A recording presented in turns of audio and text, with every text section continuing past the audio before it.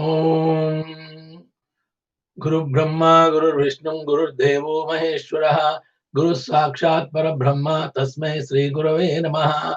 Om Gananam Tva Ganapatigam Mavamahe, Kavim Kavinam Upavasravastramam, Jeshtarajam Brahmanan Brahmanaspata, Anushrunoti Visida Sadhanam, Om Mahaganadipataye Namaha, Om Keshwaya Namaha, Om Narayana Namaha, Om Madhvaya Namaha, Om Govindaya Namaha, Om Vishnuaya Namaha, Matsudaraya Namaha, Trivikramaya Namaha, Vamana Sridharaya Namaha, Rishikeshaya Namaha, Padmanabhaya Namaha, Damodaraya Namaha, Sankarshnaya Namaha, Vasudevaya Namaha, Pradyumnaya Namaha, Aniruddhaya Namaha, Purushottamaya Namaha, Dokshaya Namaha, Narasimhaya Namaha, Achyutaya Namaha, Janathaya Namaha, Upendraya Namaha, Hare Namaha, Sri Krishna Namaha, Hari Om, Hari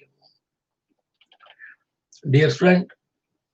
Dear friends, we came to the 18th chapter of 11th canto of Srimad Mahabhagavata Puranam.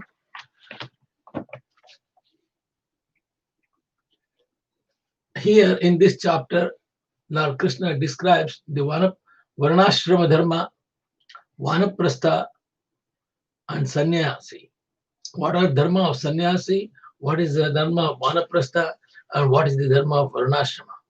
All these things will be described in this chapter.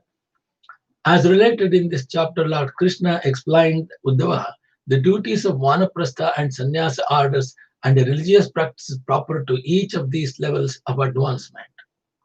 One who is taking to the vanaprastha stage of life should leave his wife at home in the care of his sons, or else take her along and with a peaceful mind spend the third quarter of his life in the forest.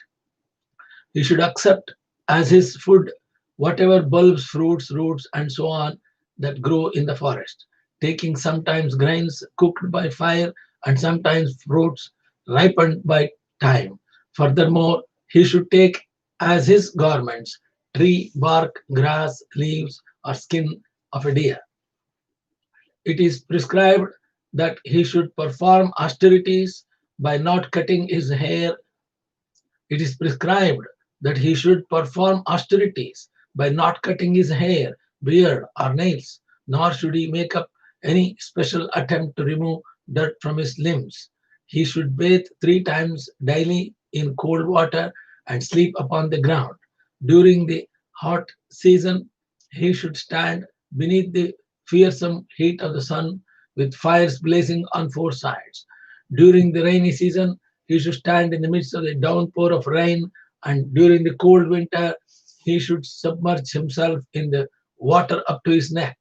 He is absolutely forbidden to clean his teeth, to store food, and that he has collected at one time to eat at another time, and to worship the Supreme Lord with the flesh of animals.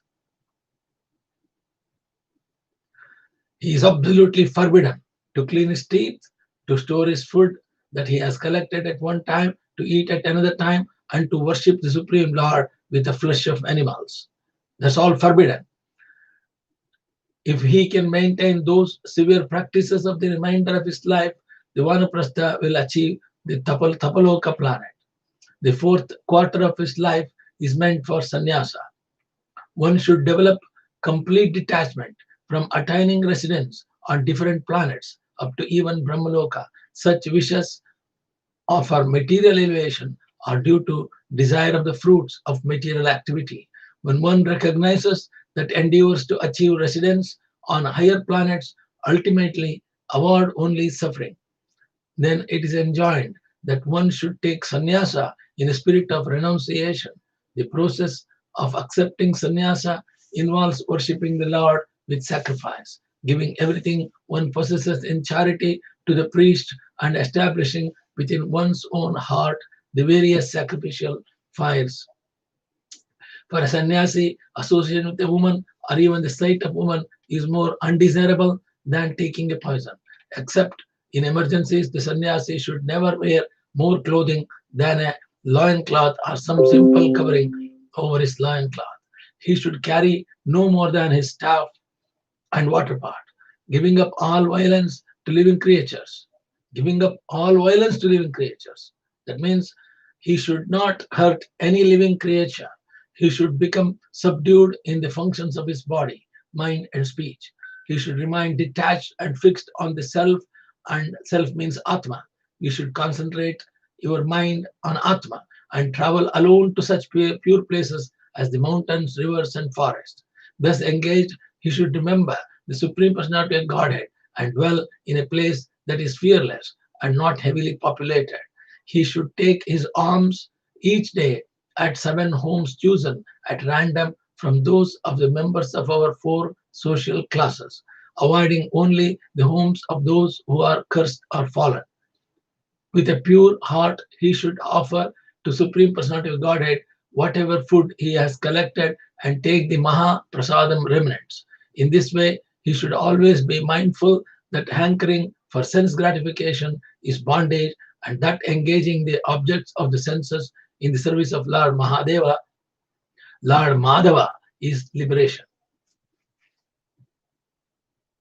In this way, he should always be mindful that hankering for sense gratification is a bondage and that engaging the objects of the senses in the service of Lord Madhava is liberation.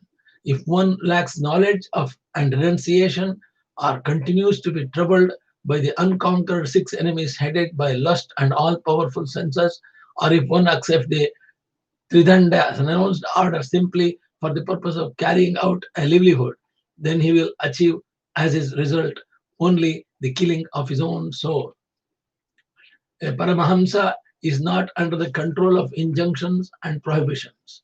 He is a devotee of the Supreme Lord, detached from external sense gratification and completely free from desire for even such subtle gratification, such subtle gratifactory goals as liberation. He is expert in discrimination and just like a simple child is free from concepts of pride and insult. Although actually competent, he wanders about like a dull person, and although most learned, he engages himself like an insane fool in incoherent speech. Although actually fixed in the Vedas, he behaves in an unordered fashion. He tolerates the evil words of others and never show contempt for anyone else. He avoids acting as an enemy or vainly indulging in argument. He sees the Supreme Personality of Godhead in all creatures and also all living beings within the Supreme Personality of Godhead. In order to keep his body alive for performing worship of the Lord, he accepts whatever excellent or inferior food, clothing, and bedding he can obtain without endeavor. Although he has to make some effort to find food for maintaining his body, he does not become joyful when he finds something, nor does he become depressed when not finding anything. The Supreme Lord himself, although not at all subject to the Vedic orders and prohibitions, by his own free will executes various prescribed duties. Similarly, the Paramahamsa, even while on the platform of freedom from subjugation to Vedic rules and prohibitions, carries out various duties because his perception of dualities has become completely eradicated.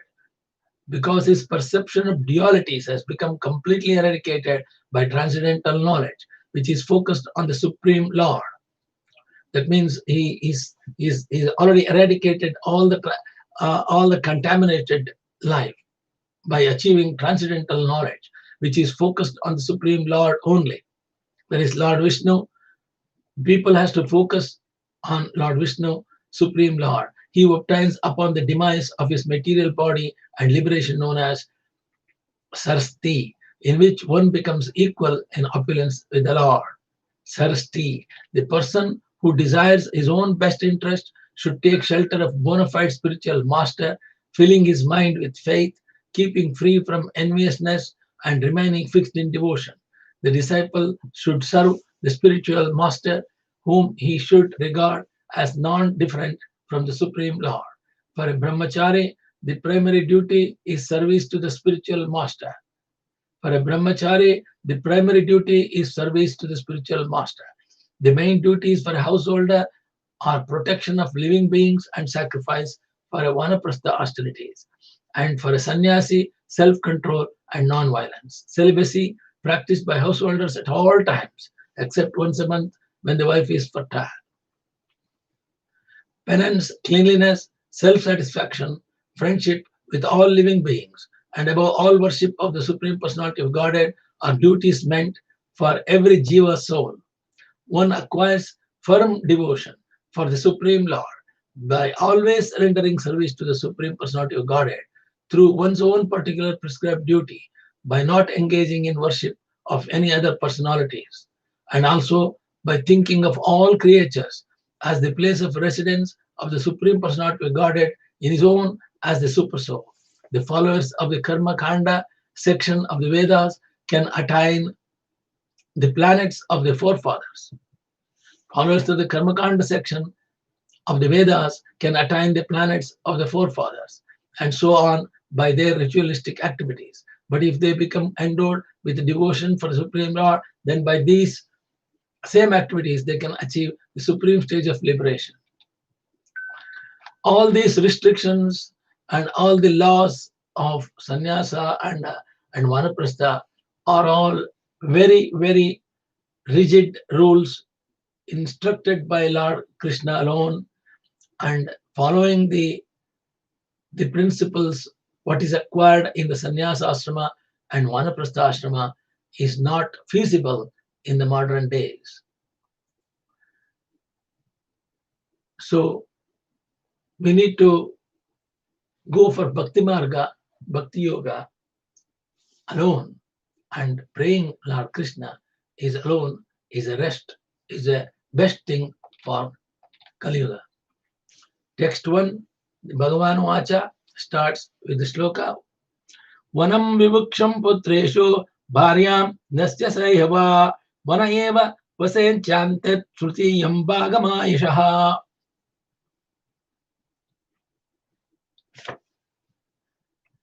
Here, Lord Krishna says, you have to hand over your wife to your son. One who desires to adopt the third order of life, vanaprastha, should enter the forest with a peaceful mind, leaving his wife with his mature sons, or else taking her along with him. So you got a choice. If you want to take vanaprastha ashrama, you can go with your wife also, or you can leave your wife in the care of sons, mature sons. In Kali Yuga, human being generally cannot live more than 100 years. And even this is becoming most unusual. A man who has a reasonable expectation of living for 100 years may adopt the vanaprastha order at the age of 50, and then at the age of 75, he may take sannyasa for complete renunciation. Since in Kali Yuga, very few people live for 100 years, one should adjust the schedule accordingly. Vanaprastha is intended as a gradual transition from materialistic family life to the stage of complete renunciation. The second sloka, Kandamula Palair Vairne Medye Durutim Prakalpayet Vasita Valkalam Vasastruna Parnajinanicha Vasastruna Parnajinanicha. Having adopted the vanaprastha order of life, one should arrange one's sustenance by eating uncontaminated bulbs, roots, and fruits that grow in the forest. One may dress himself with the tree bark, grass leaves, or animal skins. A renowned sage in the forest does not kill animals, but rather acquires skin from animals who have suffered a natural death. If a sannyasi using the deer skin, the deer has to suffer a natural death. According to passage of Manu Samhita quoted by Srila Bhakti Siddhanta Saraswati Thakura, the word Medhaya or pure indicates that while residing in the forest, a sage may not accept honey-based liquors, animal flesh, fungus, mushrooms, horseradish, or any hallucinogenic or intoxicating herbs, even those taken so-called medicine. These are the restrictions for the vanaprastha and sannyasatva. Third sloka, Kesharomano Kashma Shrumalani Bibrayadataha Nadave dopsamajjeta trikalam skandileshayaha. Skandileshayaha. Vanaprastha should not groom the hair on his head, body or face, should not manicure his nails, should not pass stool or urine at irregular times, and should not make a special endeavor for dental hygiene. He should be content to take a bath in water 3 times daily and should sleep on the ground.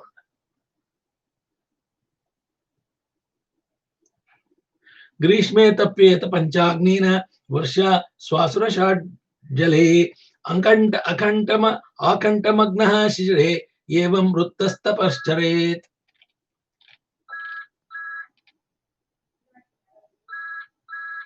Thus engaged in a vanaprastha, one should execute penance during the hottest summer of days by subjecting oneself to burning fires on 4 sides and the blazing sun overhead. During the rainy season, one should remain outside, subjecting oneself to torrents of rain. And in the freezing winter, one should remain submerged in the water up to one's neck.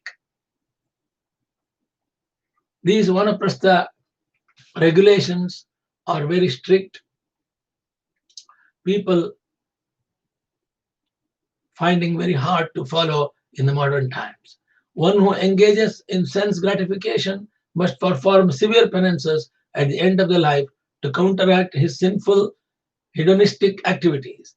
A devotee of the Lord, however, naturally develops Krishna consciousness and need not subject himself to such radical penances, as stated in Pancharatra. If one is worshipping the Lord properly, what is the use of severe penances? And if one is not properly worshipping the Lord, what is the use of severe penances? If Sri Krishna is realized within and without everything that exists, what is the use of severe penances? And if Sri Krishna is not seen within and without everything, then what is the use of severe penances?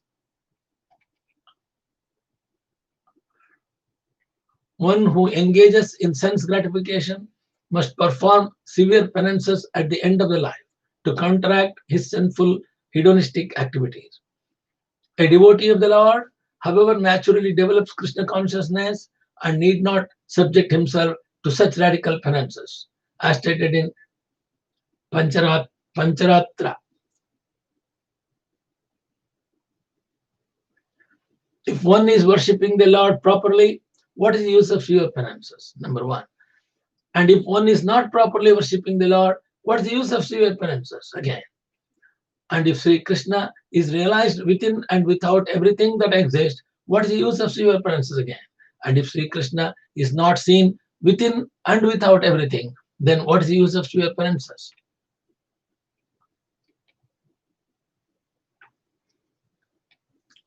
Agnipakvam samashniyat kala pakvamatapiva ulo kalmasha kutto vadantaro kirabhyova.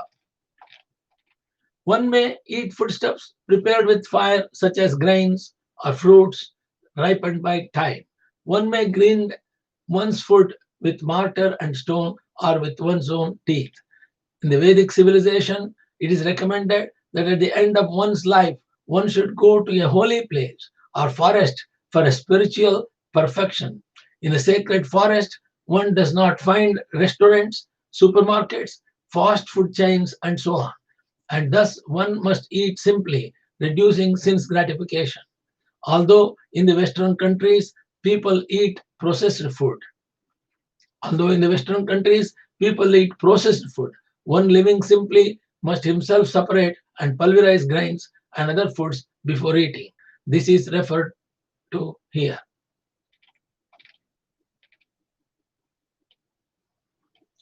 Swayam sanchunayat sarvamatmano vrittikaranam deshakala bhalabhijno nadidhityanyadahrutam. The Vanaprastha ashrama should personally collect whatever he requires for his bodily maintenance, carefully considering the time, place, and his own capacity. He should never collect provisions for the future.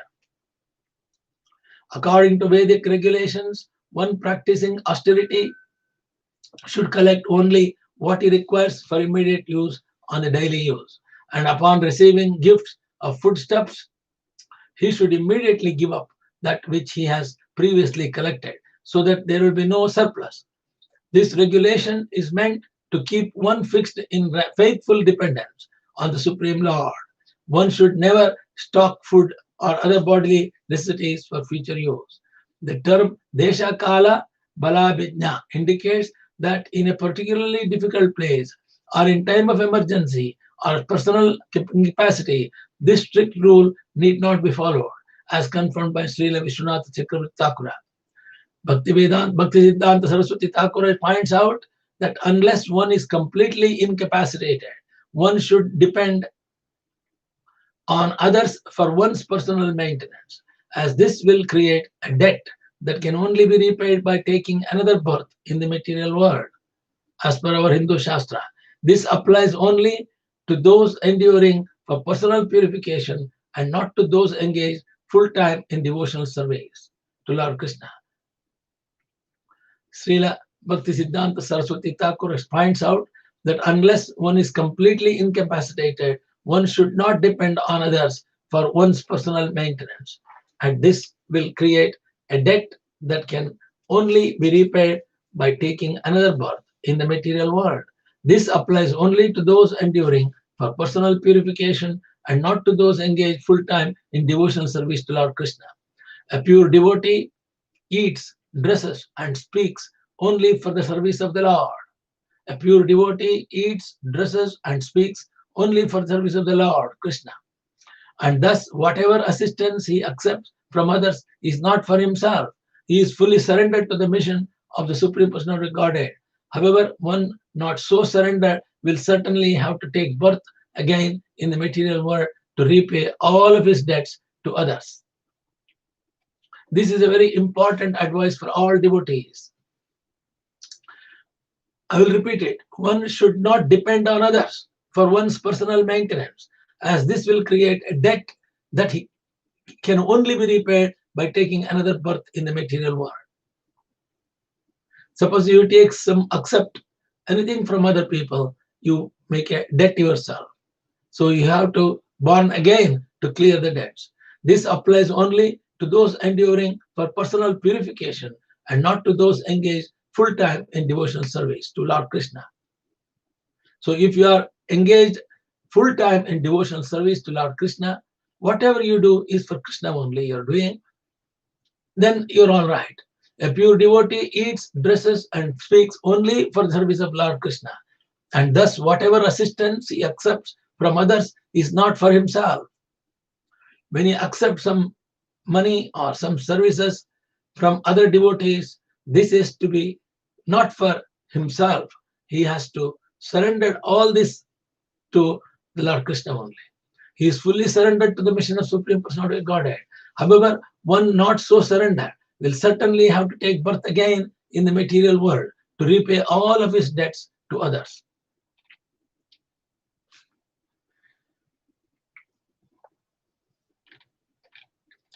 One who has accepted the Vanaprastha order of life should perform seasonal sacrifices by offering oblations of cheru and sacrificial cakes prepared from rice and other grains found in the forest. The Vanaprastha, however, may never offer animal sacrifice to Lord Krishna. He is forbidden. Even those sacrifices mentioned in the Veda, even if it is mentioned in the Veda, it is not acceptable. One who has taken the Vanaprastha order of life should never perform animal sacrifices or eat meat.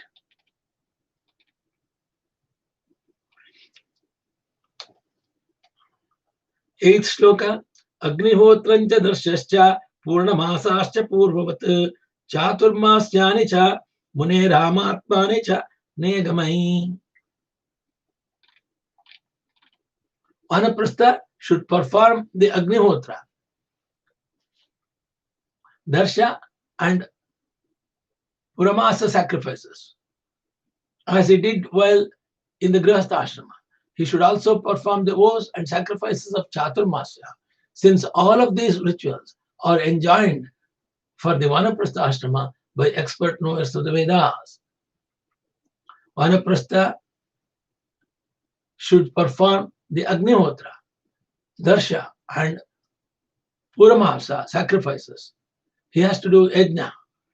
He did well in the Grihastha ashrama. He should also perform the vows and sacrifices of Chaturmasya. That means in the 4 months of the rainy season, he have to do Chaturmasya. 4 months he has to do lot devotional activities, isolating himself in the prayer room. Since all of these rituals are enjoined for the Vanaprastha ashrama by expert knowers of the Vedas, Srila Bhakti Siddhanta Saraswati Thakura has given a detailed explanation of 4 rituals mentioned here, namely Agnihotra, Darsha, Purnamasa, and Chaturmasya. The conclusion is that everyone should simply chant Hare Krishna, Krishna Krishna, Hare Hare, Hare Rama, Rama Rama, Hare Hare, and avoid the difficult entanglement of Vedic ritualistic ceremonies. If one neither chant Hare Krishna nor performs rituals, one certainly becomes Pashandi, an atheistic fool. Here, Bhakti Siddhanta Saraswati Thakura has given a choice for the people. Either you have to follow all the Vedic rituals, Agnihotra, Darsha, Purnamasa, and Chaturmasa, or else you have to chant Hare Krishna, Krishna Krishna, Hare Hare, Hare Rama, Rama Rama, Hare Hare, and avoid the difficult entanglement of Vedic ritualistic ceremonies. If one neither chants Hare Krishna nor performs such rituals, only certainly becomes Pashandi, an atheistic fool. Either you have to chant Hare Krishna mantra, or you have to rituals, follow the Vedic rituals, what you have done in Grihastha ashrama. Evam Chirnena Tapasa Munirdama Nisantataha Mantapo Mayoradhya Rushilokadhyupoitimam. The saintly Vanaprastha, practicing severe penances and accepting only the bare necessities of life, becomes so emaciated that he happens to be more skin and bones. Thus, worshipping Lord Krishna through severe penances, he goes to the Maharloka planet and then directly achieves Lord Krishna. A Vanaprastha who develops pure devotional service achieves the supreme Lord Krishna while in the Vanaprastha stage of life. One who does not become completely Krishna consciousness, however, first goes to the planet of Maharloka or Rishiloka and from there directly achieves Lord Krishna. One achieves Maharloka or Rishiloka through strict observance of positive and negative regulations. However, without developing a taste for chanting and hearing the glories of the Lord, Shravanam Kirtanam Vishnuhu, it is not possible to achieve the perfect liberation of going back home back to Godhead, Vaikuntha-loka. Therefore, on the Maharloka planet, the unsuccessful sage gives more attention to chanting and hearing, and thus he gradually develops pure love of Godhead.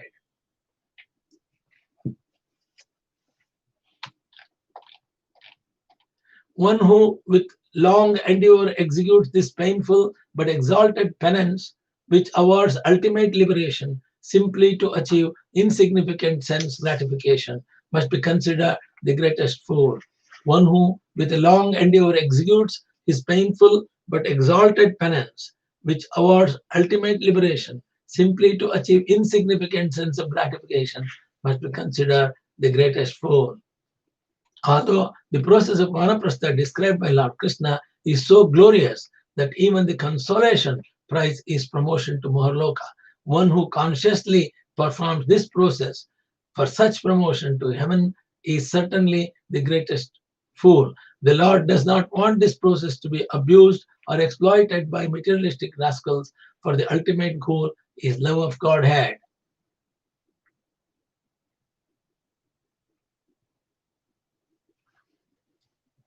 What the description, he says, it doesn't have to follow this rigid Vanaprastha ashrama to go to promotion to Maharloka.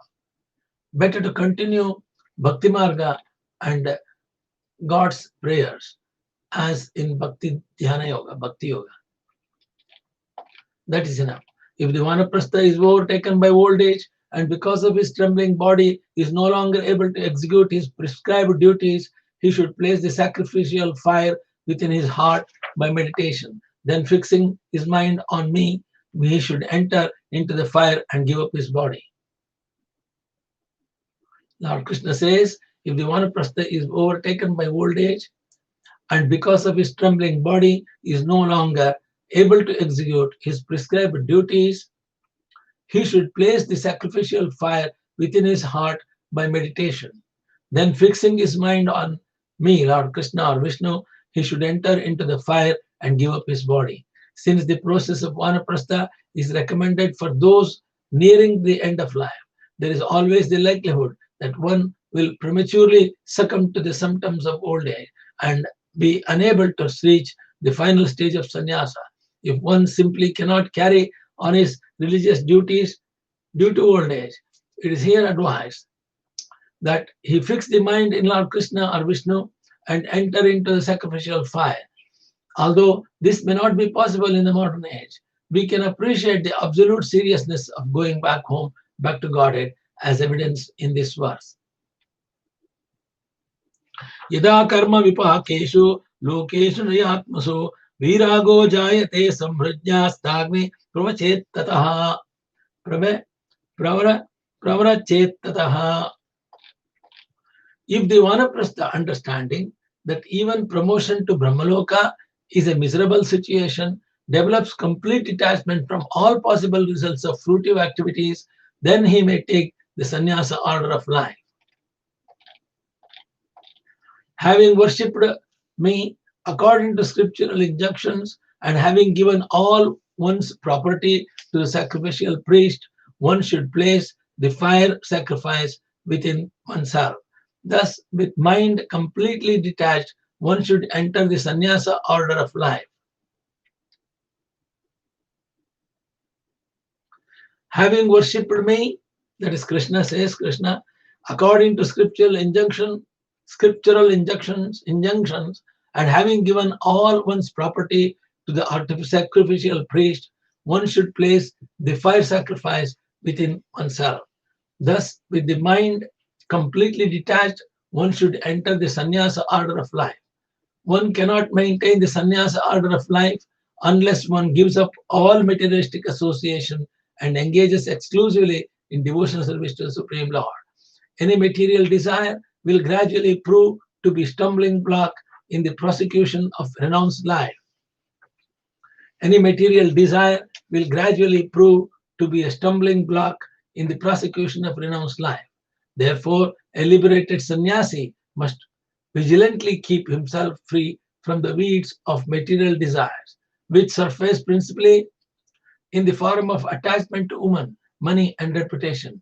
One may possess a beautiful garden filled with fruits and flowers, but without vigilant maintenance, the garden will be overrun by weeds. Similarly, one who achieves a beautiful state of Krishna consciousness takes the sannyasa order of life, but if it does not vigilantly, painstakingly keep his heart clean, there is always the danger of relapse into illusion. Viprasya vai sanyasato deva daradi rupeniha vignan kurvantyayam hrusman akramya samayat param.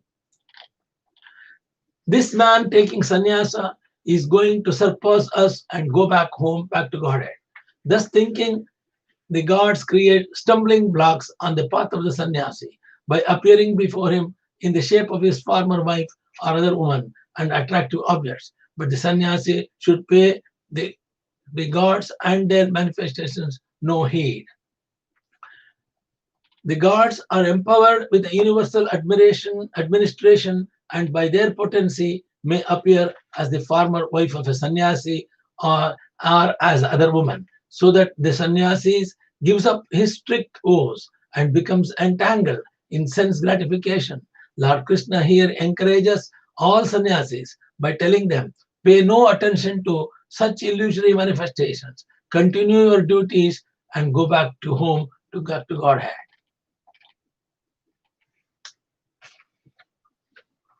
If the sannyasi desires to wear something besides a mere kaupina, he may use another cloth around his waist and hips to cover the kaupina.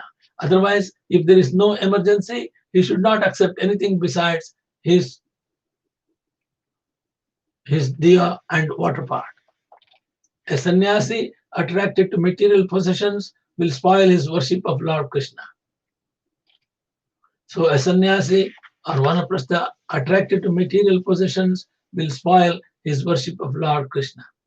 This is very, very important for the people to understand. Drushtiputam nesatpadam vastraputam pibedvalam satyaputam vedavadvacham manaputam samacharet. A saintly person should step or place his foot on the ground only after verifying with his eyes that there are no living creatures, such as insects, who might be injured by his foot. He should drink water only after filtering it through a portion of his cloth, and he should speak only words that possesses the purity of the truth. Similarly, he should perform only those activities his mind has carefully ascertained to be pure. This is another very stringent restriction. A saintly person should step or place his foot on the ground only after verifying with his eyes that there are no living creatures on the ground, such as insects, who might be injured by his foot. He should drink water only after filtering it through a portion of his cloth, and he should speak only words that possess the purity of truth. Similarly, he should perform only those activities his mind is carefully ascertained to be pure. While walking, a saintly person should be careful not to kill any tiny creatures on the ground. Similarly, he filters his drinking water through cloth to avoid swallowing any small creatures living within the water. Speaking untruths simply for some sense gratification is detrimental to devotional service and should be avoided. Speaking impersonal philosophy and glorifying the sense gratification of the material world, even that found in heavenly planets, contaminates the heart and must be avoided by those desiring perfection in the loving service of the Lord Krishna. By serious consideration, one can understand that any activity other than devotional service to Lord Krishna has no ultimate value. Therefore, one should exclusively engage in purified activities of Krishna consciousness.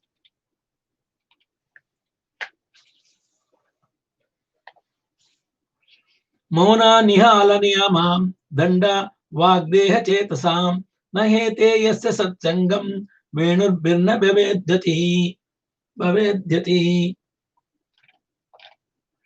One who has not accepted the three internal disciplines of avoiding useless speech, avoiding useless activities, and controlling the life air can never be considered as sannyasi, merely because of his carrying bamboo rods. If a sannyasi, one who has not accepted the three internal disciplines of avoiding useless speech, avoiding useless activities, and controlling the life air, can never be considered a sannyasi merely because of his carrying bamboo rods. The word danda indicates the staff carried by those in the renounced order of life, and danda also indicates severe discipline. The Vaishnava sannyasis accept a staff made of three bamboo rods, signifying dedication of the body, mind, and words to the service of Lord Supreme Lord Krishna. Here, Lord Krishna says that one must first accept these three dandas, the disciplines, namely control of voice, control of body, control of mind within oneself. The practice of anilayama or pranayama, regulating the life air, is meant to control the mind, and one who always thinks of service to Lord Krishna has certainly achieved the perfection of pranayama. Merely carrying the three external dandas without assimilating the internal dandas of bodily, mental, and vocal discipline can never make one an actual Vaishnava sannyasi, as explained here by Lord Krishna. In the Hamsa Gita section, Mahabharata, and in Sri Rupa Goswami Upadeshamrita, there are instructions regarding the sannyasi order of life. A conditioned soul who adopts only the external ornaments, Tridandi sannyasi, will not actually be able to control the senses. One who takes sannyasa for false prestige, making a show of saintliness without actual advancement in Krishna Kirtana, will soon be vanquished by the external energy of the Lord. Rejecting those houses that are polluted and untouchable, one should approach without previous calculation 7 houses and be satisfied with that which is obtained there by begging. According to necessity, one may approach each of the 4 occupational orders of society. Saintly persons in the renounced order of life may beg from strict followers of Vedic culture to obtain foodstuffs and other bodily necessities. According to Vedic injunction, a renounced saint should beg from the Brahmana community, but if there is a danger of his starving, he may beg from Kshatriyas and then Vaishyas and even Shudras if they are not sinful as expressed here by the word Vigarhan. Srila Bhakti Siddhanta Saraswati Thakur explains that asankalpan indicates that one should not approach certain houses, calculating in that place I can get first class food. That house has a big reputation among the beggars. Without discriminating, one should go to 7 houses and be satisfied with whatever he obtained there. One should beg for one's personal maintenance only from houses where the inhabitants, being sincere followers of Varnashrama culture, have earned their livelihood by honest means and are free from sinful activities. One may beg alms from such holdovers. One must not beg alms for one's personal maintenance, and those who oppose the Supreme Personality of Lord's devotional service, for such service is the whole purpose of Varnashrama culture. Those who oppose Vedic culture pass laws to make begging by saintly persons or a criminal act. Those who oppose Vedic culture pass laws to make begging by saintly persons a criminal act. They insult and prosecute saintly beggars, considering them to be ordinary vagrants. A lazy person begging to avoid work is certainly abominable, but a saintly person dedicated to the service of the Lord and practicing the discipline of begging to develop full dependency on the Lord's mercy should be given all facility in human society. Srila Bhakti Siddhanta Saraswati Thakur explains that there are 3 forms of collecting alms. Madhukara is the process of imitating the bee, who collects tiny amount of nectar from one flower to another. In this way, the saintly person accepts a very small amount from each person, avoiding social conflict. The process mentioned here is asankalpta, by which one indiscriminately approaches even 7 houses, being satisfied with whatever may be obtained. Prakpranita is that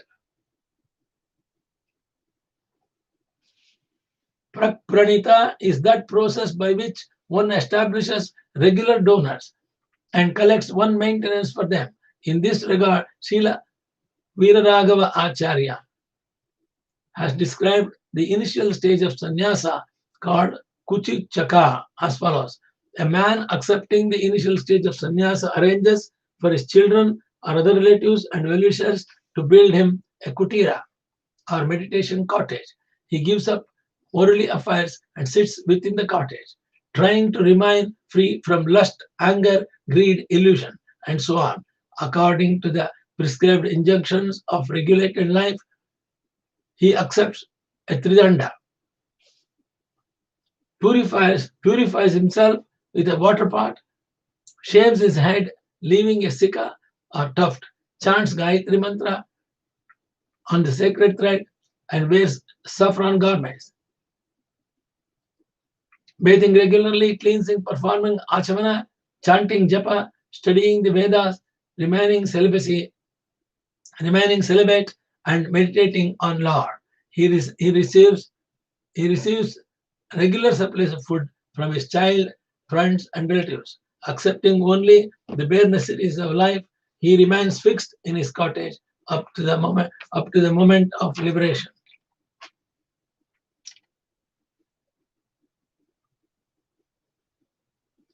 बहिर्जलाशयं कृत्वा तत्रोपस्पृश व्याघ्रतः विभज्य पावितं शेषं भुञ्जिताशेषमाहृताम्. Taking food gathered through begging, one should leave the populated areas and go to a reservoir of water in a secluded place. There, having taken a bath and washed one's hands thoroughly, one should distribute portions of the food to others who may request it. One should do this without speaking. Then, having thoroughly cleansed the remnants, one should eat everything on one's plate, leaving nothing for the future consumption. Srila Bhakti Siddhanta Saraswati Thakur explains that a saintly person should not argue or quarrel with the materialistic persons who may request or demand part of his foodstuff. The word vibhajya indicates that one should give something to such persons to avoid disturbance, and then offering the remnants to Lord Vishnu. One should eat everything on one's plate without saving food for the future. The word Bahya indicates that one should not eat in a public place, and Bhagavata indicates that one should eat silently and indicating upon the Lord's mercy.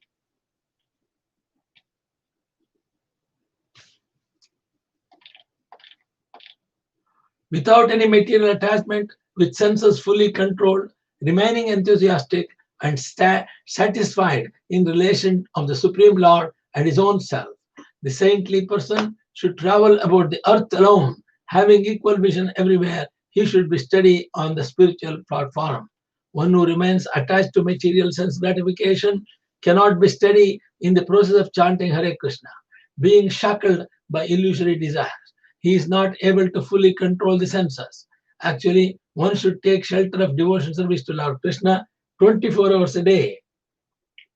Actually, one should take shelter of devotional service to Lord Krishna 24 hours a day, for by such service one remains within the scope of spiritual reality.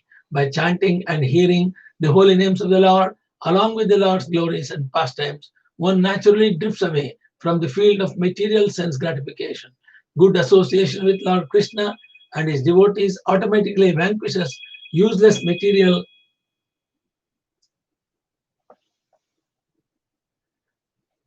Good association with Lord Krishna and his devotees automatically vanquishes useless material association, and one is able to carry out the Vedic injunctions meant to lift the conditioned soul out of the material field and onto the liberated platform of Krishna consciousness.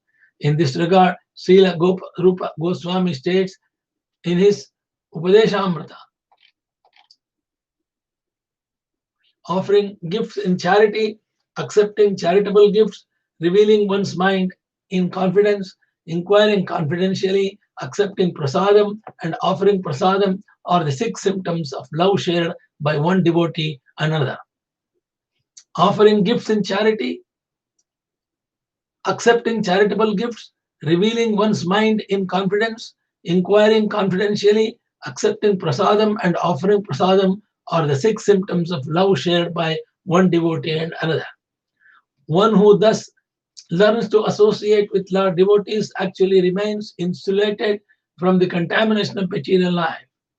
One who thus learns to associate with Lord's devotees actually remains insulated from the contamination of material life.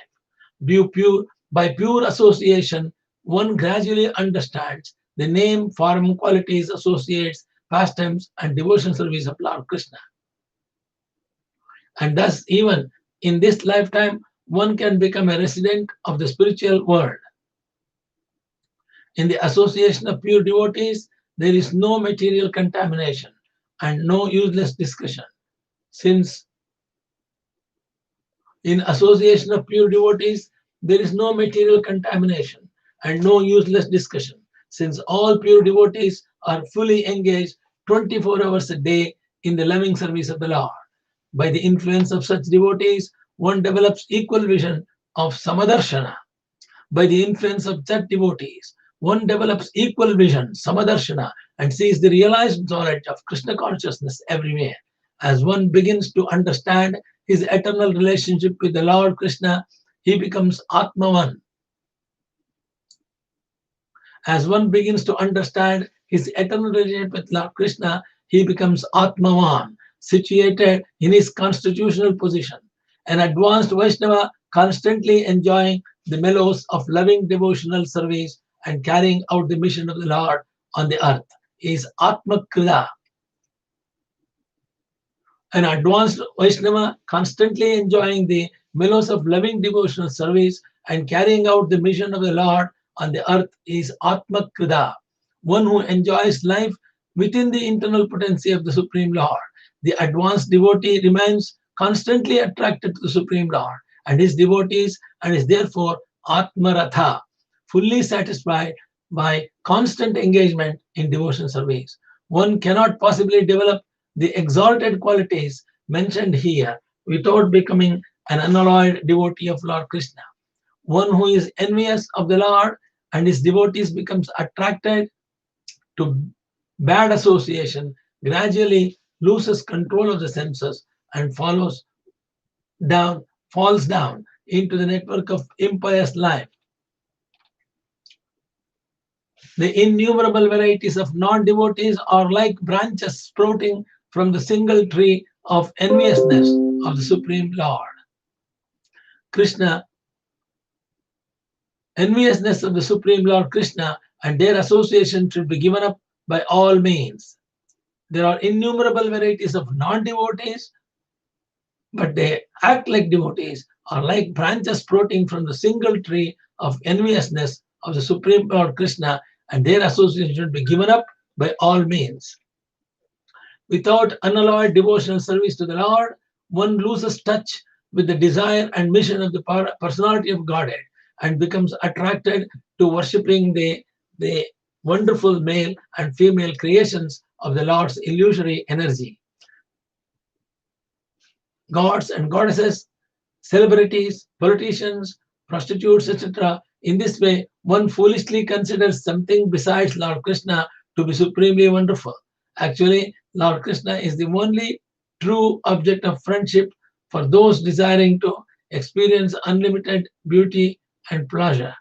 By seriously taking to Lord Krishna consciousness, one can realize the transcendental position of the Lord Krishna and gradually develop all the qualities of mentioned in this verse.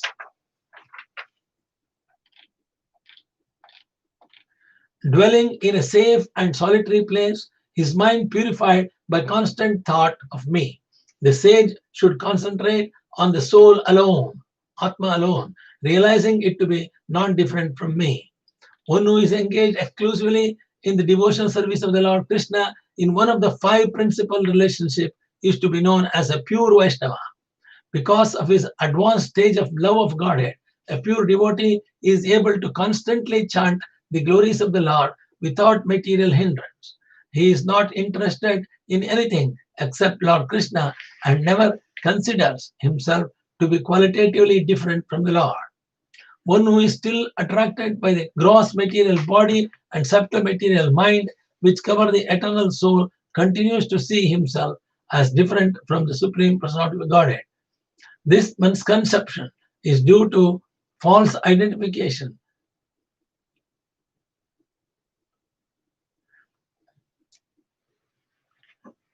This misconception is due to false identification with matter.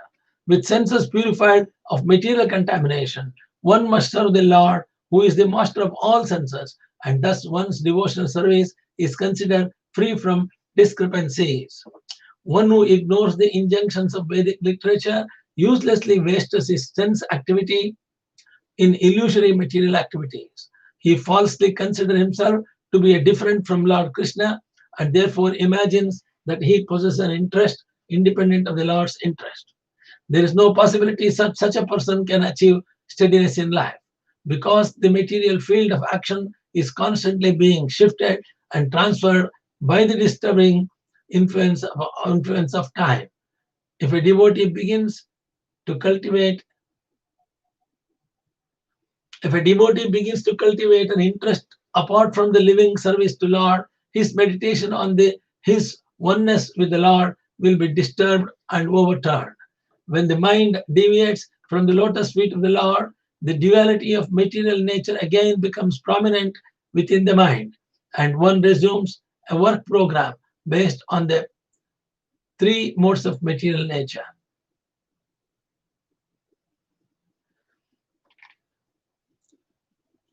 One who is not fixed in his own relationship with the Supreme Lord cannot be fearless or steady and is deprived of the shelter of Lord Krishna.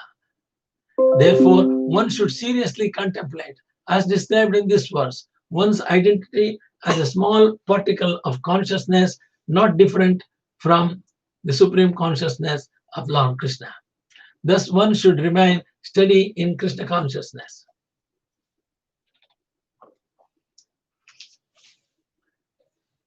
Anvikshet atmano bandhum bandham mokshancha jana vishnayah bandha indriya mekshepo moksha esham cha sanmayamaha. By steady knowledge, a sage should clearly ascertain the nature of the soul's bondage and liberation. Bondage occurs when the senses are deviated to sense gratification, and complete control of senses constitutes liberation.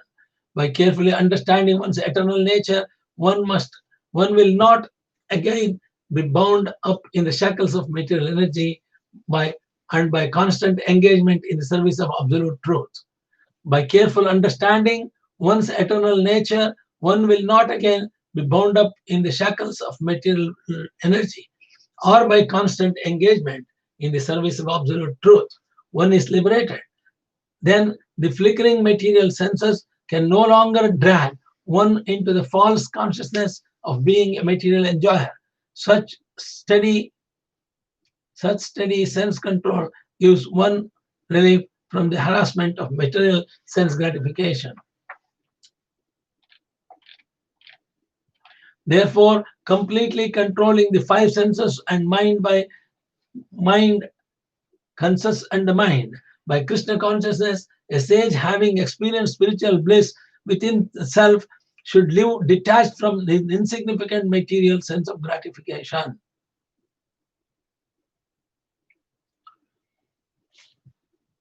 Pura grama vrajan sartar nikshartam pravishacharet punya desha sanchay sarichay lavanashrama mohitam mahim. The sage should travel in sanctified places by flowing rivers and within the solitude of mountains and forests.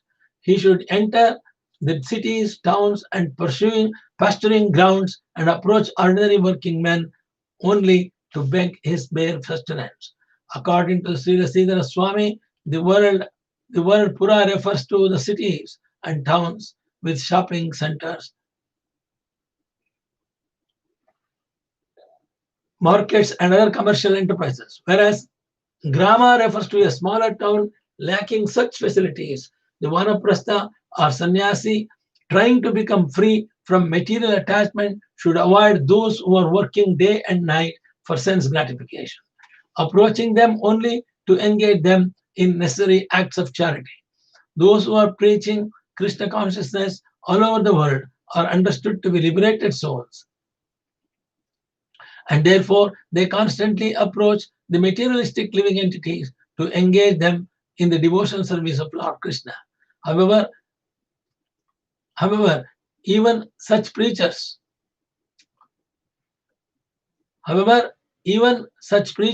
should strictly avoid contact with the materialistic world when not necessarily for advancing the mission of Krishna consciousness. The injunction is that one should not deal unnecessarily with the materialistic world. Vanaprastha shrama padevekshnavekshnam Bhaikshamataret samsiddhita sammoha shuddha sattva. One in Vanaprastha order of life should always practice taking charity from others, for one is thereby freed from illusion and quickly becomes perfect in spiritual life. Indeed, one who subsists on food grains obtained in such a humble manner purifies his existence. In the Western countries, people are generally so dull that they cannot distinguish between a saintly beggar and an ordinary hobo or hippie. hippie. A saintly beggar is constantly engaged in authorized devotional service to the Supreme Lord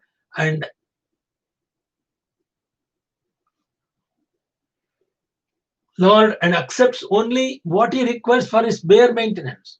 He should not take more than what he needs. The author of this book remembers entering the Krishna Consciousness Society as an arrogant university student and being quickly humbled by the process of begging on the street on behalf of Krishna. This process is not theoretical but actually purifies one's existence by forcing one to offer respect to all others. Unless one offers respect to others, one is begging will be fruitless. Also, begging one will not often eat very sumptuously. This is good because when the tongue is controlled, the other senses are quickly pacified. A vanaprastha should never give up the purifying process of begging and his food. And ordinary people should not foolishly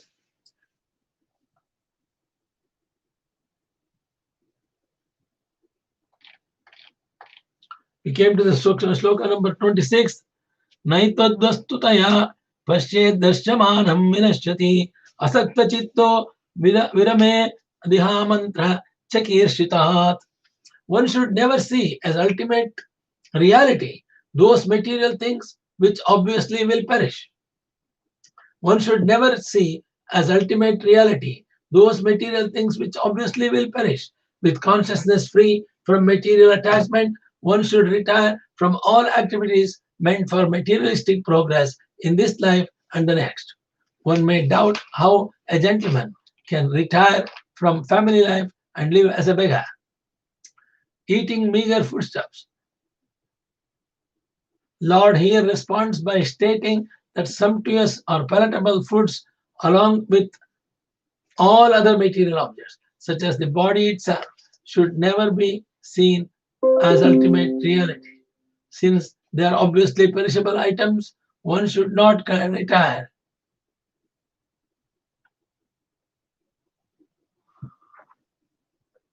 One should retire from material programs designed to enhance the quality of one's illusion both in this life and the next.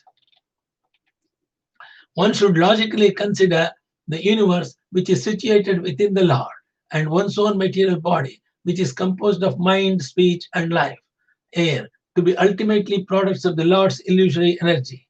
Thus situated in the self, one must give up one's faith in those things and should never again make them the object of one's meditation. Every conditioned soul considers that material world to be the object of his personal sense gratification and therefore considers the material body to be his actual identity.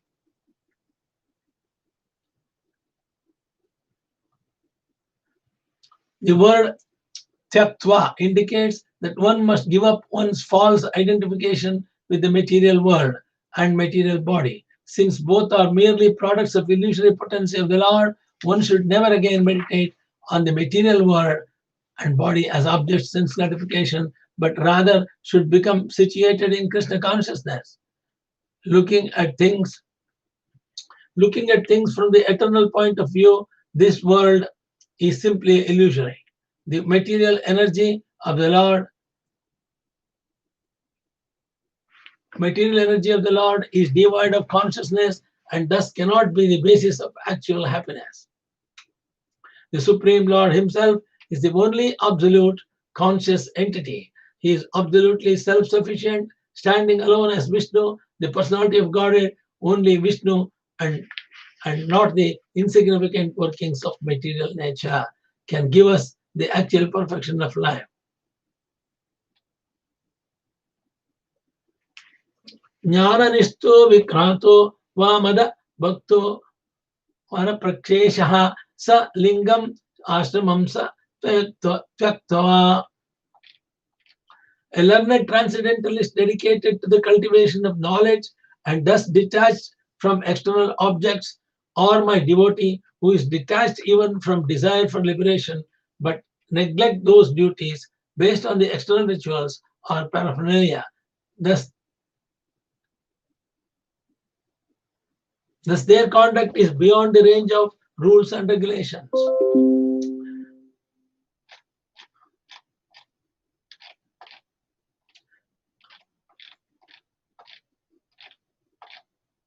Although most wise, the Paramahamsa should enjoy life like a child, oblivious to honor and dishonor. Although most expert, he should behave like a stunted, incompetent person. Although most learned, he should speak like an insane person.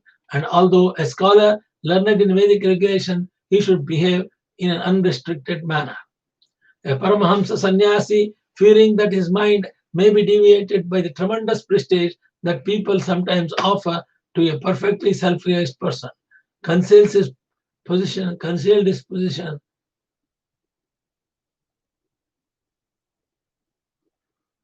A self-realized person does not try to please the mass of the people, nor does he desire social prestige. Since the mission of his life is to remain detached from the material world and always please Supreme Personality of Godhead Lord Krishna.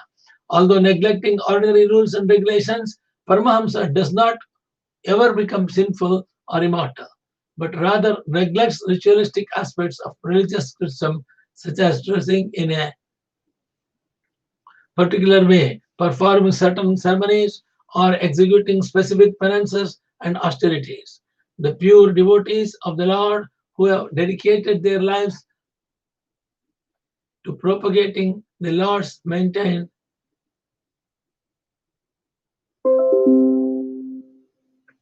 the pure devotees of the Lord who have dedicated their lives to propagating the Lord's holy name must very expertly present Krishna consciousness in a way pleasing to the mass of people so that they will accept it. Those who are preaching should try to make Lord Krishna popular without trying to advance their personal prestige in the name of the missionary progress. A Paramahamsa is not engaged in distributing Krishna consciousness.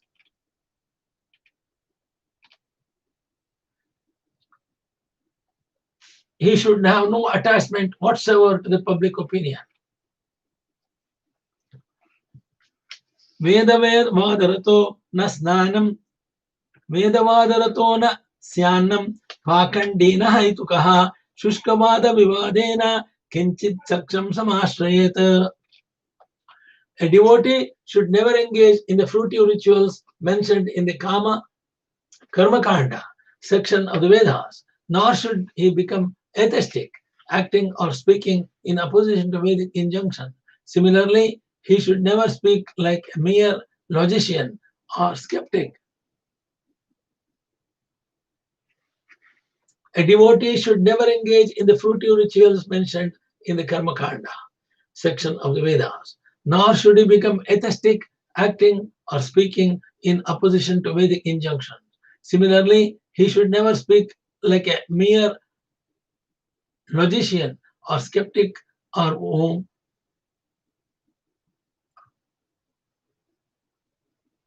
Similarly, he should never speak like a more logician or skeptic or take any side whatsoever in useless arguments.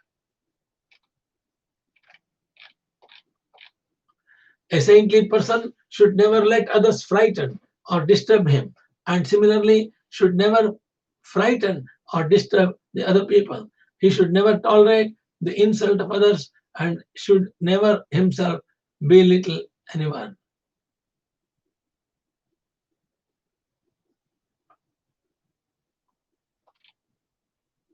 He should never create a hostility with anyone for the sake of material body for he would thus be no better than an animal. Chaitanya Mahaprabhu has stated one should chant the holy name of the Lord in a humble state of mind, thinking oneself lower than the straw in the street. One should be more tolerant than a tree, devoid of all senses of false prestige, and ready to offer all respect to others. In such a state of mind, one can chant the holy name of the Lord constantly.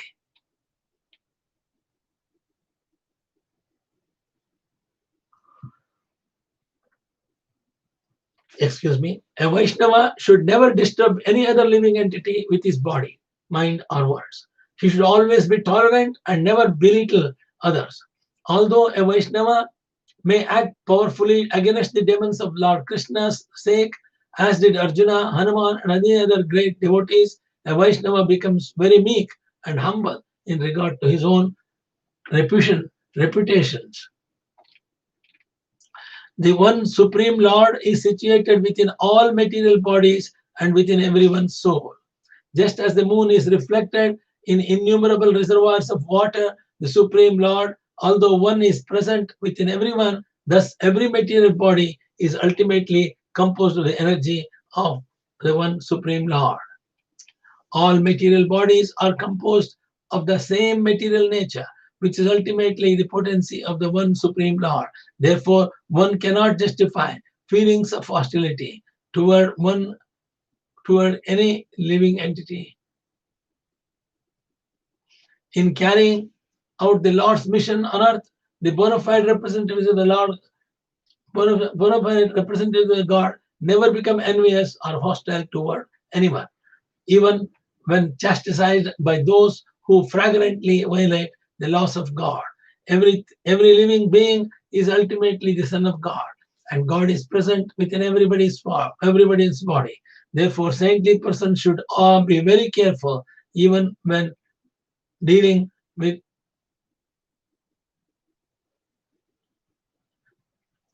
every living being is ultimately the Son of God, and God is present within everyone's body. Therefore, saintly persons should be very careful even when dealing with the most insignificant person or creation. If at times one does not obtain proper food, one should not be depressed. And when one obtains sumptuous food, one should not rejoice.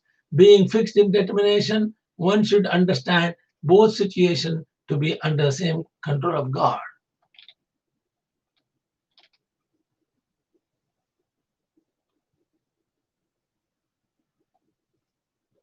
Because we desire to enjoy the material body, the varieties of material experience bring us flickering happiness and inevitable suffering. We foolishly consider ourselves to be controllers and doers, and thus, through false egoism, we are subjected to the volatile feelings of material body and mind.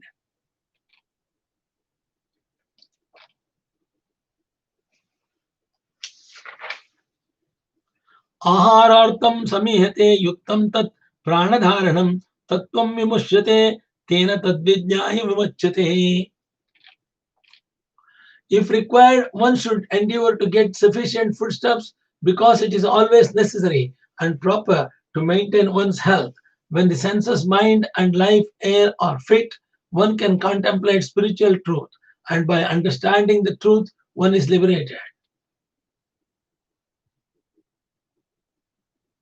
If foodstuffs do not come automatically or by token begging, then one should endeavor to keep body and soul together so that one's spiritual program will not be disturbed. Normally, those who are enduring in spiritual life cannot maintain steady concentration on the earth, on the truth, if their mind and body are weakened and rendering.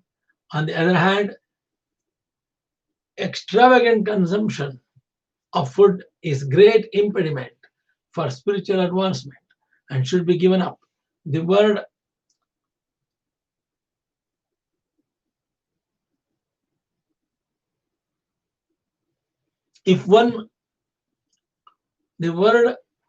aharartham in this verse indicates eating only to keep himself fit for spiritual advancement and does not justify unnecessary collecting or warehousing of so-called alms. If one collects more than necessary for one spiritual program, the surplus becomes a heavy weight and that drags one down to the material platform. A sage should accept the food.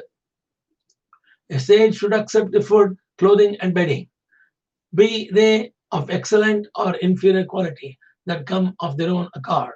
Sometimes excellent, sumptuous food will come without endeavor, and at other times tasteless food appears. A sage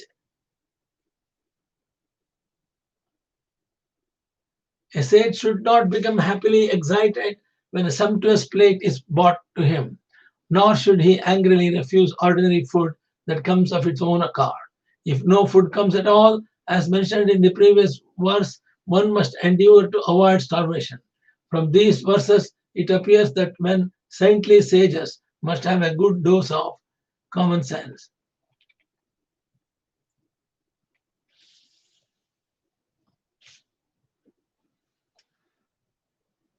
शौचमाचमनं स्नानं न तु चोदनयाचरेत् अन्यांश नियमान्यानि यताहं लीलयेश्वरः यताहं लीलयेश्वरः.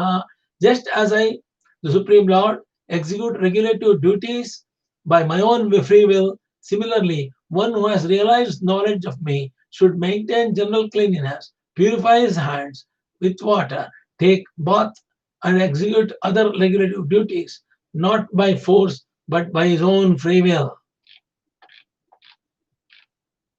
A realized soul no longer sees anything. A realized soul no longer sees anything as separate from me. For his realized knowledge of me, he has destroyed such illusory perception, since the material body and mind were previously accustomed to this kind of perception. It may sometimes appear to recur, but at the time of the death, the self-realized soul achieves opulences like equal to mine. Lord Krishna explains in verse 32 of this chapter that all material and spiritual objects are exceptions.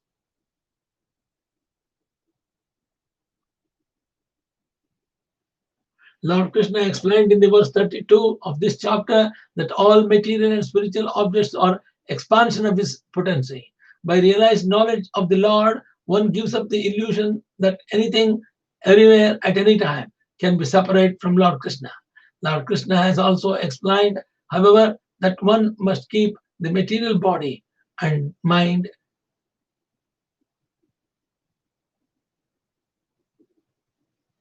Lord Krishna has also explained, however, that one must keep the material body and mind fit for executing devotion services. Therefore, even a self-realized soul may sometimes appear to accept or reject certain conditions of objects within this world.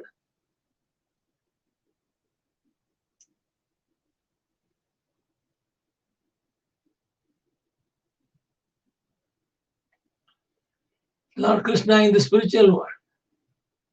Such brief apparent duality of concentration upon something other than Krishna does not change the liberated status of a self-realized soul, which achieves at the time of the death the same appearances as Lord Krishna in the spiritual world.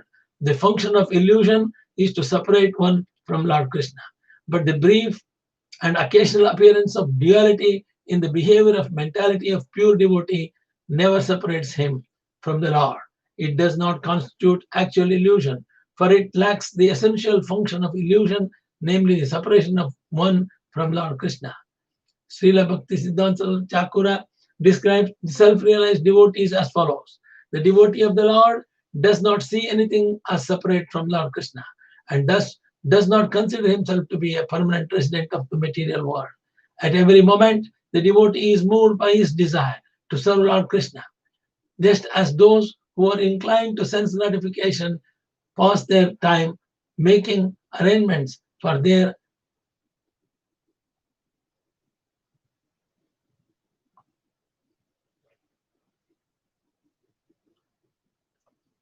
just as those who are inclined to sense gratification pass their time making arrangements for their enjoyment. Similarly, the devotees are busy throughout the day arranging their devotion service to Lord Krishna only. Therefore, they have no time to act like materialistic sense enjoyers. To ordinary persons, it may seem that a pure devotee is seeing something as separate from Lord Krishna. But a pure devotee is actually fixed in his status as a liberated soul and is guaranteed to achieve a spiritual body in the kingdom of God. Ordinary materialistic persons cannot always understand the activities of a pure devotee of the Lord, and thus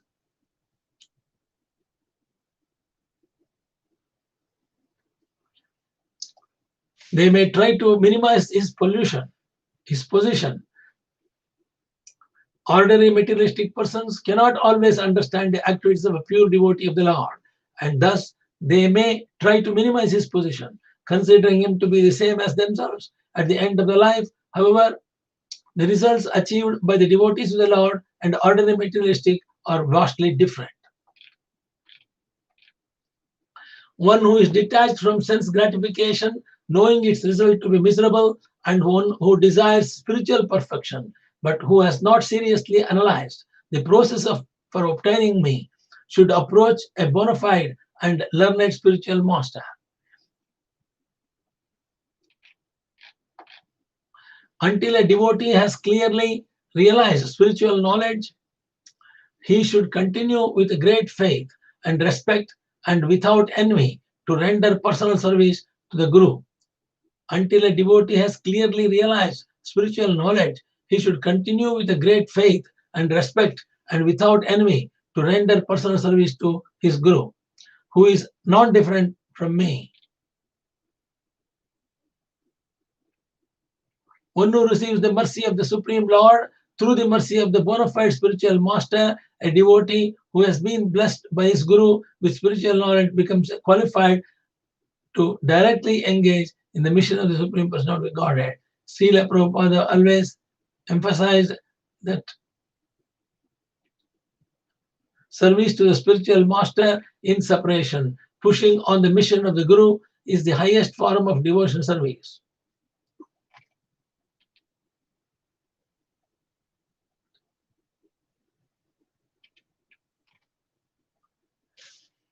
A devotee who has been blessed by his Guru with a spiritual knowledge becomes qualified to directly engage in the mission of Supreme Personality of Godhead. Srila Prabhupada always emphasized that service to the spiritual master in separation, pushing on the mission of the Guru, is the highest form of devotion service. The word paricharita in this verse indicates waiting upon one's master by rendering personal service. In other words, one who has not clearly realized the teachings of his spiritual master should remain very close to his Guru to avoid falling down into the illusion. But one who has acquired realized knowledge by the mercy of the spiritual master may expand the spiritual master's mission by traveling around the world to preach Krishna consciousness.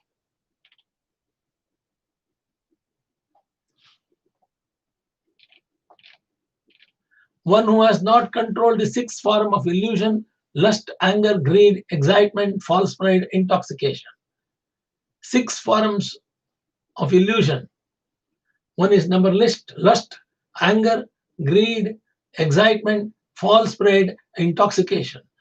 Whose intelligence, the leader of the senses, is extremely attached to material things, who is bereft of knowledge and detachment, who adopts the sannyasa order of life to make a living, who denies the worshipable demigods, his own self, and the Supreme Lord within himself, thus ruining all religious principles, and who is still infected by material contamination, is deviated and lost both in this life and the next life.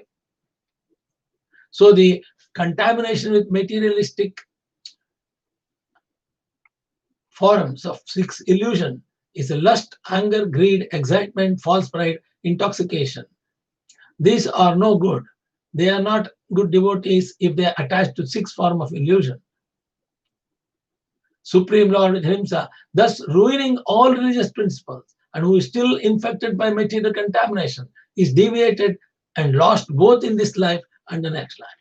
Lord Krishna here condemns the bogus personalities who adopt the sannyasa order of life for sense gratification while still maintaining all of the symptoms of gross illusion.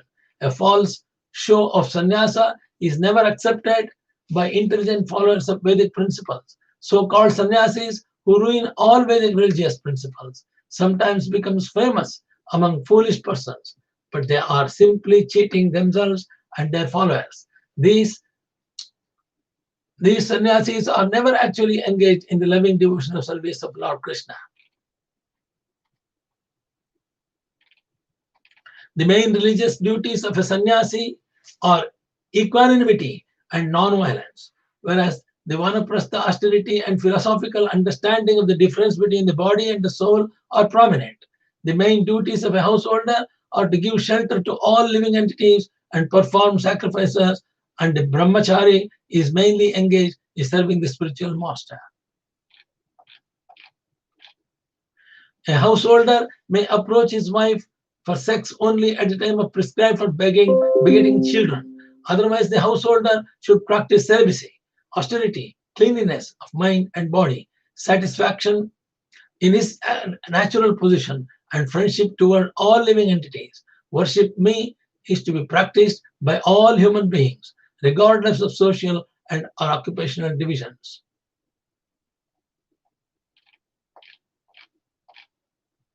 One who worships me by his prescribed duty, having no other object of worship, and who remains conscious of me as present in all living entities, achieves unflinching devotion service unto me.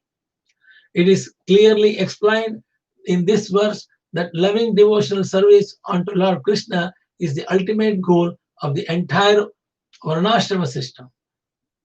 It is clearly explained in this verse that loving devotional service unto Lord Krishna is the ultimate goal of the entire Varnashrama system, which the Lord has been elaborately explaining.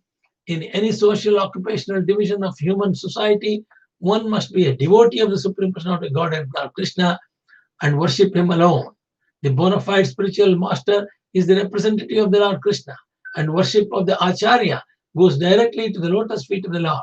Although ordinary householders are sometimes ordered by Vedic injunctions to worship particular gods or forefathers, one should remember that Lord Krishna is within all living entities. As stated here, Sarva Bhuteshu Mad Bhavaha.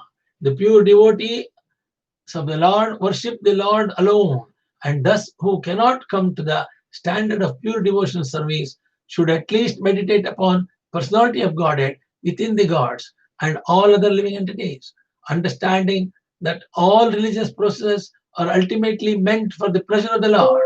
In the course of missionary work, even pure devotees must deal with government leaders and other prominent members of society, sometimes praising such persons and complying with their orders. And because the devotees are always meditating on Lord Krishna, situated as the super soul within everyone, they are therefore acting for the Lord's pleasure and not for the pleasure of any ordinary human being. Those persons dealing with the different gods in the course of their Varnashrama duties should similarly see the Lord as the basis of everything. They should concentrate on pleasing the Supreme Lord by all activities. This stage of life is called love of God, and it brings one to the point of actual liberation.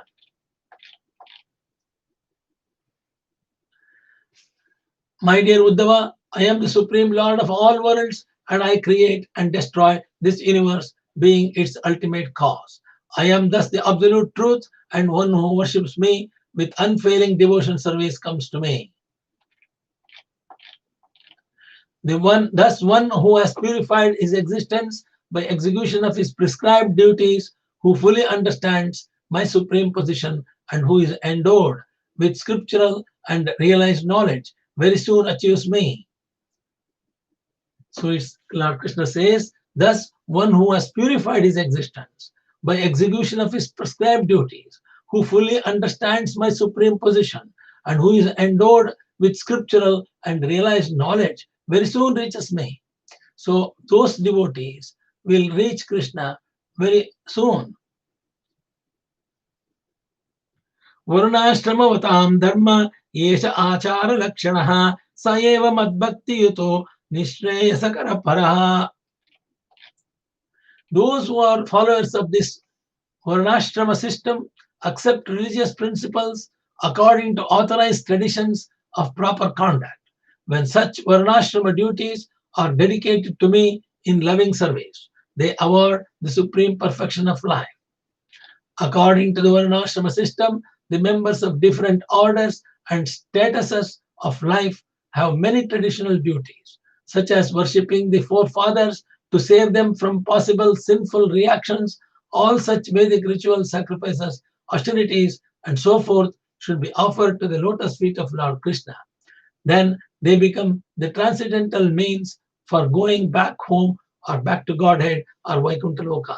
In other words, Krishna consciousness or loving service to Lord Sri Krishna is the sum and substance of progressive human life.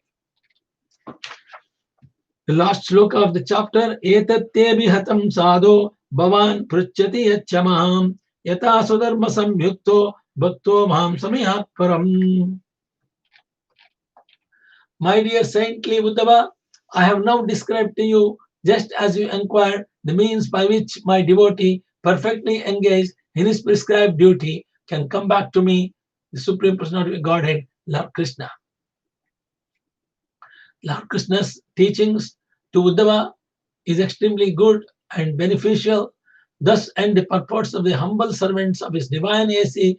Bhaktivedanta Swami Prabhupada to the 11th canto, 18th chapter of Srimad Bhagavatam, entitled Description of Varnashrama Dharma. 18ನೇ ಅಧ್ಯಾಯ ಮುಗಿಯಿತು.